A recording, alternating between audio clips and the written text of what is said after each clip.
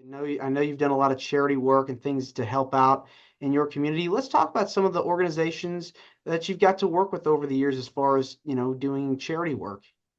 Well, I did number one, I did as far as charity interviews and stuff like that, because most of them I'm financially, it's part of the business, but there's some no. And then there's sometimes I'm in at the venues, and if there's somebody handicapped and whatnot, there's I go extra special for them, an extra special picture, an extra special piece of merchandise for them that's given to them as a gift. As far as in my area, I try to keep up with the amateur wrestling and sometimes go there and watch. Some people know me, some don't. I don't want to take away from their practice and whatnot because it is a shoot. I'm a huge fan of. I'm not a huge fan of certain things that are broadcast on the radio and TV that aren't true. So I stay with the big boys. I stay with Metropolitan Ministries. I stay with Salvation Army, and I stay with the Goodwill. I try to contribute to all of them every year. Was there like a particular event or function that you were involved in or a moment that you like to share that was just so heartwarming for you as far as like giving back You mean, that you wow, were involved in? I was involved in. Oh, wow. Well, WrestleMania and Anaheim. That year was my year. I was up for a Slammy Award, Shocker of the Year. I was captain of my team in Survivor Series. I was in King of the Ring. I was in Your House matches. Uh, wow, I was semi-main event with Skip in the Pittsburgh Civic Arena, aka the Igloo, aka that's where they filmed Sudden Death with Van Damme. A tremendous building, historic. I was just in Anaheim. I was part of the celebrity softball team against the I think the '70s shows like Welcome Back Carter, the Partridge Family. We were against the reality stars there.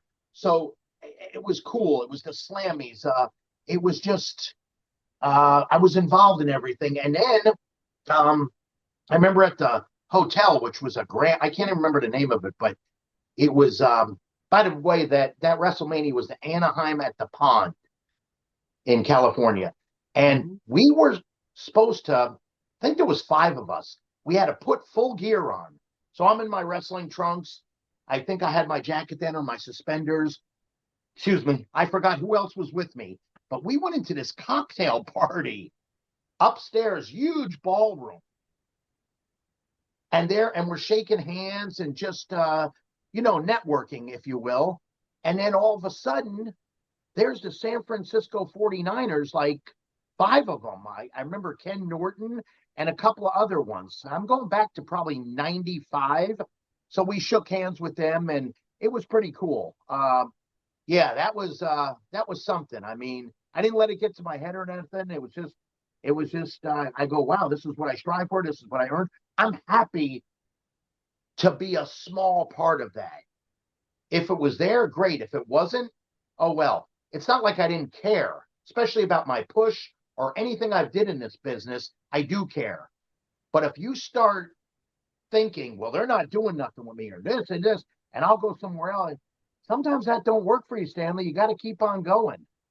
You got to keep on going. You got to keep on striving. Never say never, especially in this business. Yes. There is only one guarantee in the wrestling business, and that is there is no guarantee. What is it about giving back to you that gives you the most joy? You know, I just look at it like if it's a young child or of fans. I was at 2 years ago in Cleveland. No, was it Cleveland? Yeah, Cleveland for I did a charity show for autism. That was huge. The man who picked me up was in charge. His son had autism. The whole event, the shirts, they were so cool. Uh, you know, and it made me feel good because I'm a part of that. I'm giving something there. I talked to his son. It was all about autism. It was this school. I never seen a high school gym like this in my life, Stanley. We're just traveling nowhere. There's nothing around. All of a sudden, this building appears. Okay, go in there.